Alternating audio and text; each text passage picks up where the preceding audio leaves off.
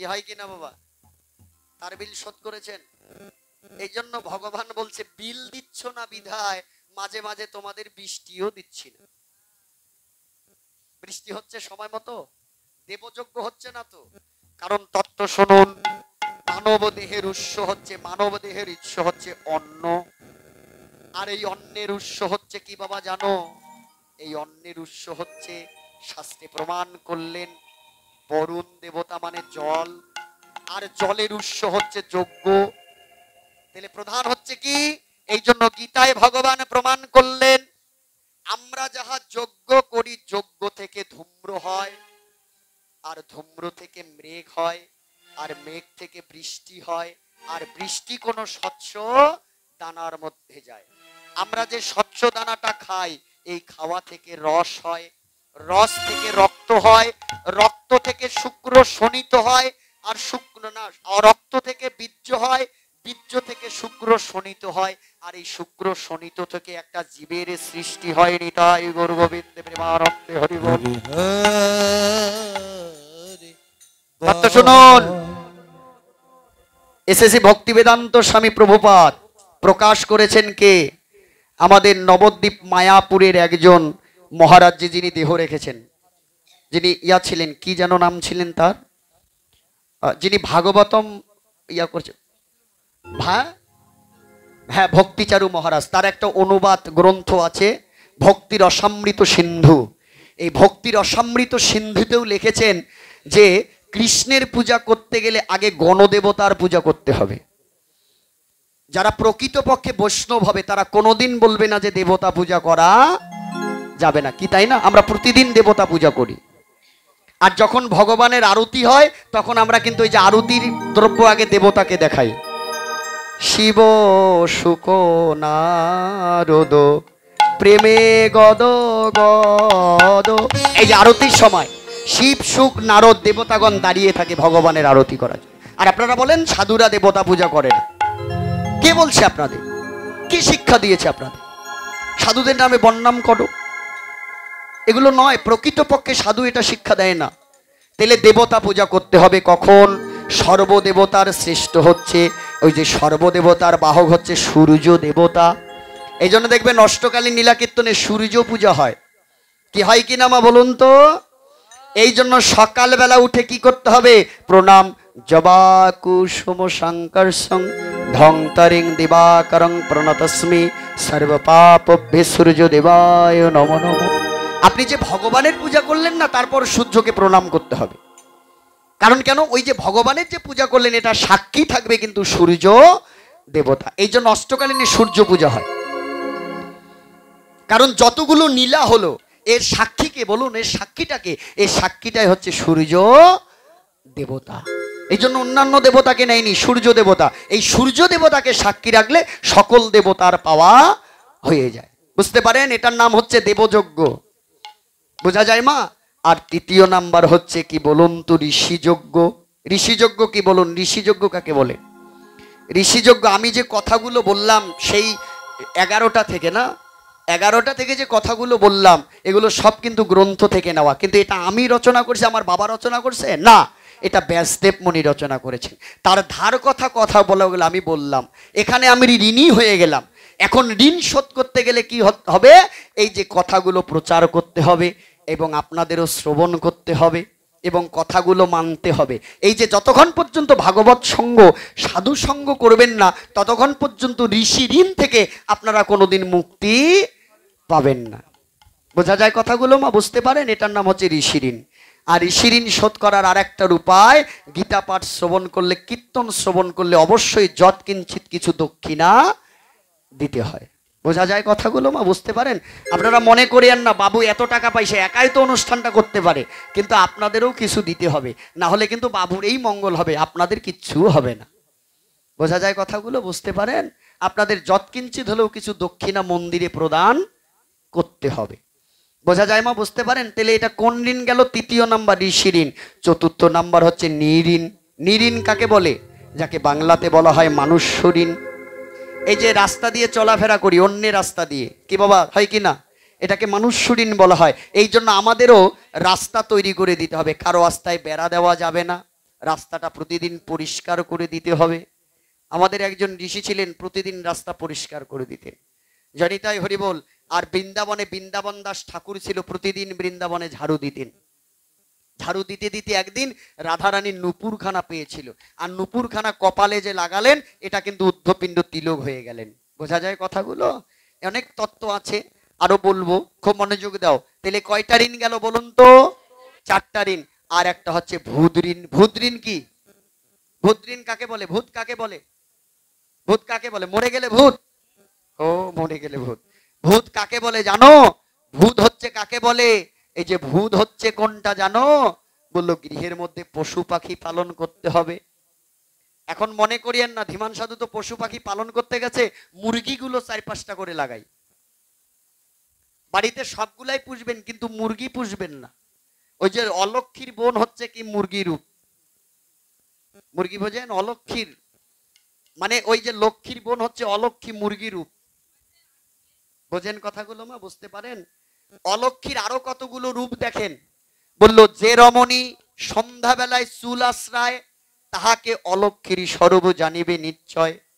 সন্ধ্যাবেলায় চুল আশ্রায় যে রমণী, কোন নারীর চুল যদি মাটিতে পড়ে আর কোন বেদজ্ঞ ব্রাহ্মণ যদি এই চুলটাকে দেওয়ায়, কি হয় মা জানো? বললো 14 পুরুষ নরকে যায়। যে রমণী সকালবেলা খায়, খুব সকালবেলা, যে রমণী ঠিক দুপুর বেলা খায়, যে রমণী ঠিক সন্ধ্যাবেলায় খায় বা সন্ধ্যাবেলায় ঘুমায়, বললো এগুলো হচ্ছে অলক্ষীর লক্ষণ। দুপুরবেলা সন্ধ্যাবেলা বাড়িতে যদি কন্ধল বাঁধে, বুঝতে হবে আমার বাড়িতে অমঙ্গল বা অলক্ষী প্রবেশ করেছে। বোঝা যায় মা কথাগুলো? এগুলো শাস্ত্র সিদ্ধান্ত দিচ্ছে। তাহলে ভূত ঋণ কি? গৃহের মধ্যে আমাদের পশু পাখি পালন করতে হবে, কিন্তু গৃহের মধ্যে মুরগি না পুষলে তো ভিটামিন হচ্ছে না। কি হয় কিনা বাবা? কারণ মুরগির ডিমার যা ভিটামিন, একটা অন্যরকম কায়দা। কিন্তু এই জন্য মহাজন কি বলছে জানো? ওই একটা বান্ধিলাম পীড়িতের ঘর, ওরে ভালোবাসার খুঁটির পর, আদরের দিলাম ঘরের চাল, ও মনরে সুখীতে থাকবো চিরকাল। ঘরটা বাঁধা হয় কিসের জন্য মা? সুখের জন্য, তাই না? কিন্তু এই সুখের ঘরে আর সুখ হলো না। এই গানখানা রচনা করেছেন একজন প্রখ্যাত শিল্পী। একটা বান্ধিলাম পীড়িতের ঘর, ভালোবাসার খুঁটির পর, আদরের দিলাম ঘরের চাল, ও মনরে সুখেতে থাকবো চিরকাল, ও মনরে সুখেতে থাকবো চিরকাল। সবাই মিলে নিতাই গৌর প্রেমানন্দে।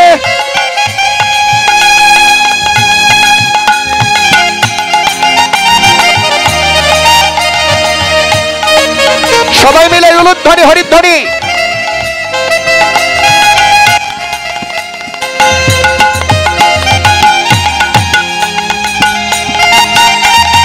সবাই মিলে আগেবার জোরসে হরি বল।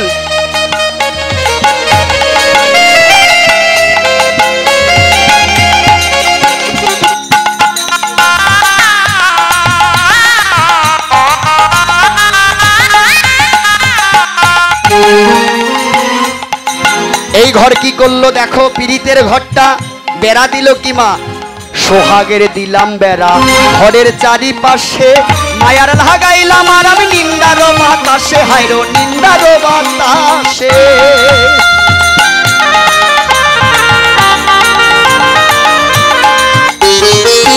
এই ঘরের বেড়া কি? ইটের বেড়া নয়, চাটির বেড়া নয়, বাঁশের বেড়া নয়, এই ঘরের বেড়া হচ্ছে সোহাগের। বলছে সোহাগের দিলাম বেড়া ঘরের চারিপাশে, আর মায়ার লাগাইলাম আরাম নিন্দার বাতাসে। এই ঘরে কখন যে নিন্দ ধরলো বুঝতেই পারলাম না। সোহাগের দিলাম বেড়া ঘরের চারিপাশে, মায়ার লাগাইলাম আরাম নিন্দার বাতাসে, হাইরো নিন্দার বাতাসে।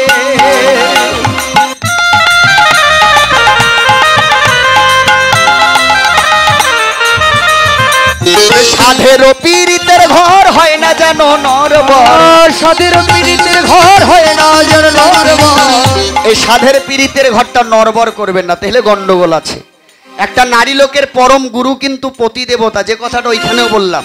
একটা নারী লোকের পরম গুরুকে বলুন, নারী লোকের পরম গুরুকে পতি দেবতা। সন্তানের পরম গুরু হচ্ছে পিতা এবং মাতা, আর সবার পরম গুরু হচ্ছে ভগবান শ্রী কৃষ্ণ। তাহলে নারী লোকের পরম গুরু যদি পতি দেবতা হয়, স্বামী প্রণাম মন্ত্র কি বলুন তো মা? স্বামী প্রণাম মন্ত্র কি? এই যে গন্ডগোল। এই জন্য আমি আগেই বলছি, 16 বছর কীর্তন শুনলেন, শুধু কাদার জড়িয়ে ধরা ছাড়া আর কিচ্ছু হলো না। বোঝা যায় কথাগুলো আমার? বুঝতে পারেন? বোঝা যায় মা? তত্ত্ব শুনতে হবে। এই জন্য তত্ত্বজ্ঞ শাস্ত্রজ্ঞ ব্যক্তিকে এনে কীর্তন, কীর্তন মানে শুধু রঙ্গরস নাচা ঝাপা নয়। কীর্তন কি রতন, এই যে তত্ত্ব কথা বলা, শাস্ত্র কথা বলা, এটার নামই হচ্ছে কিন্তু কীর্তন। বোঝেন কথাগুলো আমার? বোঝা যায়? খুব মনোযোগ দিয়ে কথাগুলো শ্রবণ করো। কীর্তন মানে কি একটু বুঝে নাও। প্রণাম, মোবাইলটা রেকর্ডটা চালু করে দাও, খাতা কলম থাকলে লিখে নাও। মন্ত্রটা বলতে হবে, পতি পরম গতি, পতিহি পরম দেবতা, আজ্ঞাং দেহি ইয় যথাশক্তি দাসিরি শত প্রণমহম। এই মন্ত্র বলে স্বামীকে প্রণাম করতে হবে। এখন স্বামীকে তো প্রণাম করলেন, বাবারা কি বলবেন সেটা বলুন। বাবারা কি বলবেন? মা যা হইছে হইছে, তোর ফির ঢং, প্রণাম করেন নাকি, এরকম বলে কিনা? বাবারা বলে না? যাবেন প্রণাম করতে যাবেন, এই কথাটা কিন্তু সোজাসুজি বলে দেবে। এদের দোষেই কিন্তু মূর্খ হয়েছেন আপনারা, কি তাই না? বাড়ির গুরুজন যদি ভালো না হয়, শিষ্য ভালো হবে? তাহলে গুরুটা ভালো হলে আপনারা ভালো হতেন, কারণ গুরুটা যে গন্ডগোল। আর নিয়ে থেকে গেলে নারীগুলাকেই দোষ দেয়, কিংবা হয় কিনা? দোষ তো এদেরও আছে, এদেরটাও জানে না, আপনাদেরটাও হয় না। তত্ত্ব শুনুন। তাহলে পুরুষরা কি বলবেন? মস্তক যখন প্রণাম করবে, এই প্রণামটা দেওয়ার সময় বলতে হবে মস্তকে হাত দিয়ে, জন্ম জন্ম তয়াস্তুরু ভব, জন্ম জন্ম তয়াস্তুরু ভব, জন্ম জন্ম তয়াস্তুরু ভব। এর অর্থটা হচ্ছে কি মা জানো? তুমি জন্ম জন্মে আমাকে পতিরূপে লাভ করো, জন্মে জন্মে তুমি আমাকে পতিরূপে লাভ করো। তাই পদকর্তা বলছে, ওরে সাধের পীড়িতের ঘর হয় না জানো নরবর, সাধের পীড়িতের ঘর হয় না জানো নরবর, তাই একটু রাখিলাম ঢাল, ও মনরে সুখিতে থাকবো চিরকাল, ও মনরে সুখিতে থাকবো চিরকাল। সবাই মিলে নিতাই গৌর গোবিন্দ প্রেমানন্দ হরিবল।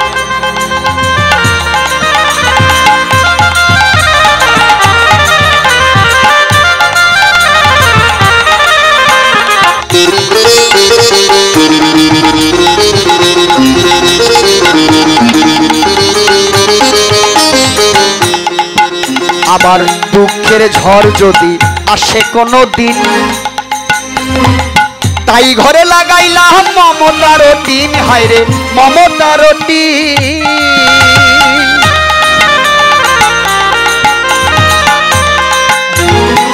দুঃখের ঝড় যদি আসে কোনো দিন, তাই লাগাইলাম আমি মমতার টিন গো, মমতার টিন।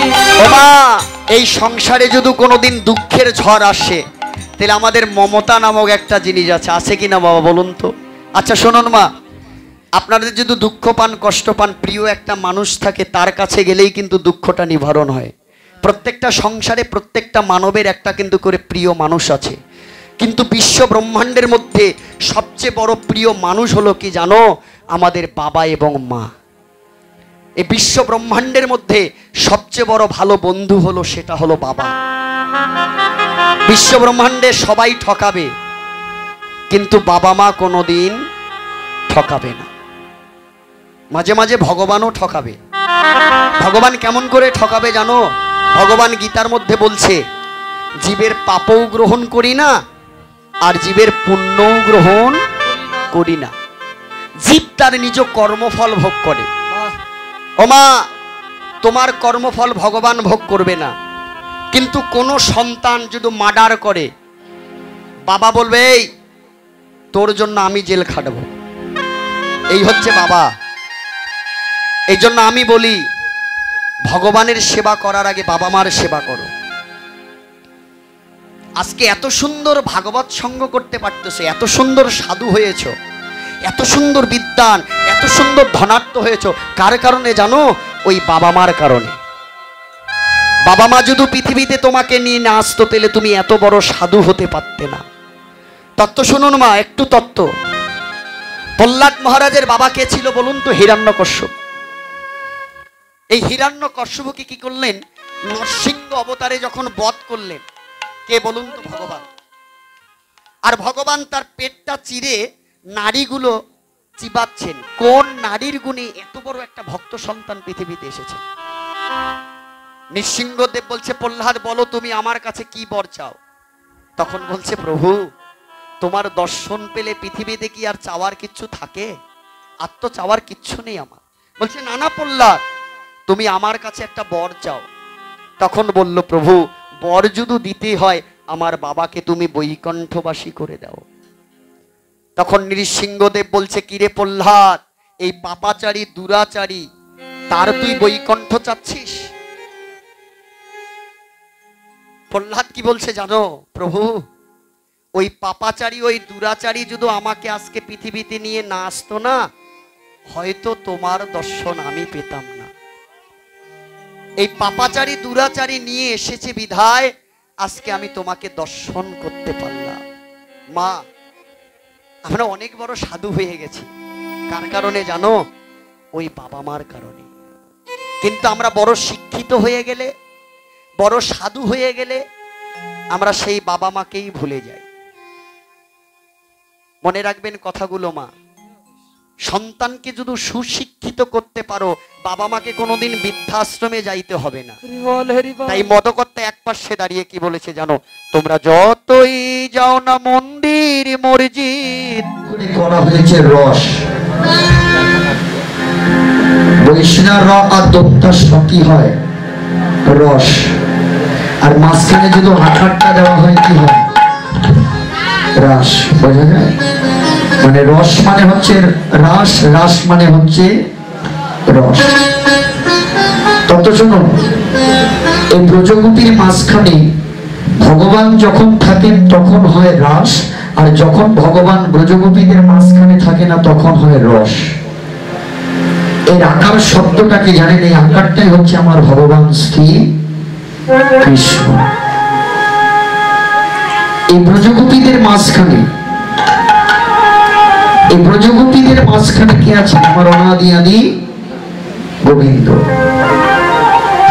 আর এই রসতত্ত্ব ভজন তত্ত্ব আমার গৌর হরি খুব গোপন রাতে করতেন ভক্তদের নিয়ে। এই জন্য চৈতন্য চরিতামৃতে দুটি কথা আছে, বহিরঙ্গ ভক্ত নিয়ে করে নাম সংকীর্তন, আর অন্তরঙ্গ ভক্ত নিয়ে করে প্রেম আস্বাদন। এখন কিন্তু অন্য কোনো বিষয় নয়, এখন হচ্ছে প্রেম আস্বাদনের একটা বিষয়, এখন হচ্ছে ভাবের ঘরে ঢোকার একটা বিষয়। ততক্ষণ মনোযোগ দিয়ে কথাগুলো শ্রবণ করবে মা। এই বিশ্ব ব্রহ্মাণ্ডে বলছেন, যদি গৌর না হইতো কেমনে হইতো, কেমনে ধরিতাম রে, আর আধার মহিমা প্রেম রস সীমা জগতে জানাইত কি। আজকে যে আপনারা জন্ম অষ্টমী পালন করছেন না, এটাও কৃপা হচ্ছে গৌরাঙ্গ মহাপ্রভু। নবদ্বীপে প্রকাশ করলেন আমার গৌরাঙ্গ মহাপ্রভু।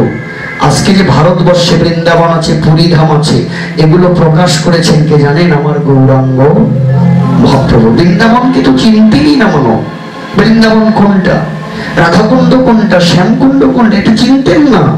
এগুলো তৈরি করলেন কে? মানে সৃষ্টি করলেন কে?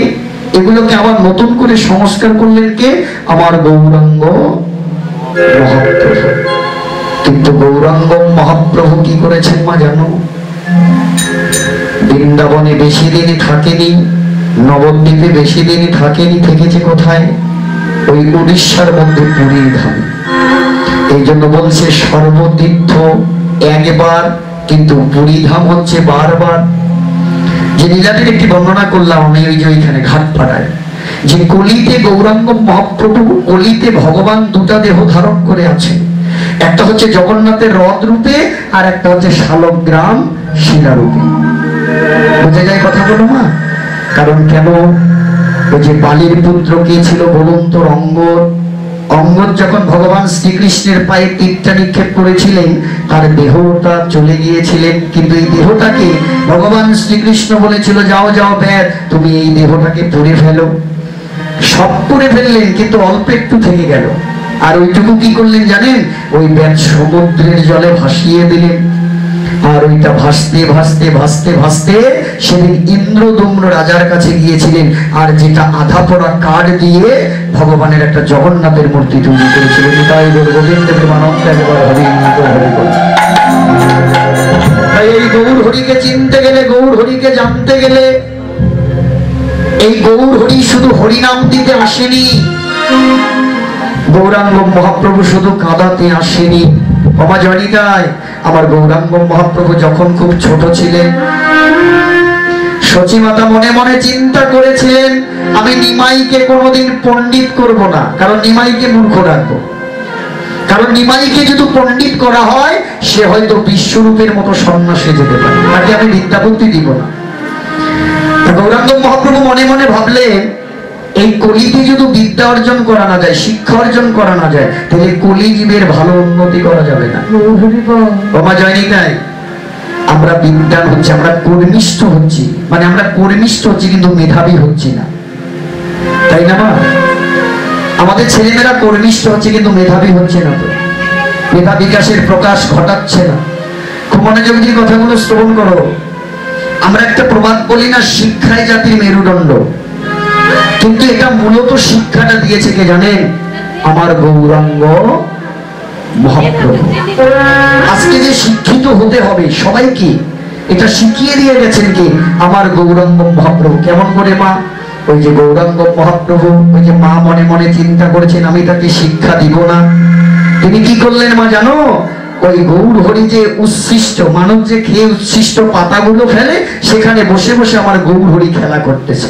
এখন নবদ্বীপ নারীগণ বলছে, এই কিরে নিমাই, তুই না ব্রাহ্মণের পুত্র, তুই উচ্ছিষ্ট হাড়ির মধ্যে খেলা করতেছিস, আয় উঠে আয়। কিন্তু কারো কথা শুনে না, গৌর হরি আমার ওই উচ্ছিষ্ট হাড়ির মধ্যেই খেলা করে। কিন্তু এইদিকে সচিমাতাকে বলে দিলেন, দেখ দেখ সচি, তোর নিমাই উচ্ছিষ্ট হাড়ির মধ্যে খেলা করিতেছে। তখন সচিমাতা এসে বলছে, এই নিমাই, তুই না ব্রাহ্মণ পুত্র, তোর কি সৌজস্য জ্ঞান নেই? তখন আমার গৌর হরি বলছে, শোনো মা সচিরানী, যে সন্তানের বিদ্যা থাকে না, সে সন্তান সৌজস্য কি করে বুঝবে? আর সচিরানী ব্রাহ্মণের স্ত্রী তো, পণ্ডিতের স্ত্রী ছিলেন, তিনি বুঝতে পারলেন যে অবশ্যই সন্তানের বিদ্যার প্রয়োজন আছে। তাহলে আমাদের যে বিদ্যার প্রয়োজন, এটা দিয়ে গেলেন কে? আমার গৌরাঙ্গ মহাপ্রভু। শুনুন, আজকে ইতিহাসটা পড়ে দেখবেন, গৌরাঙ্গ মহাপ্রভু যথাসময়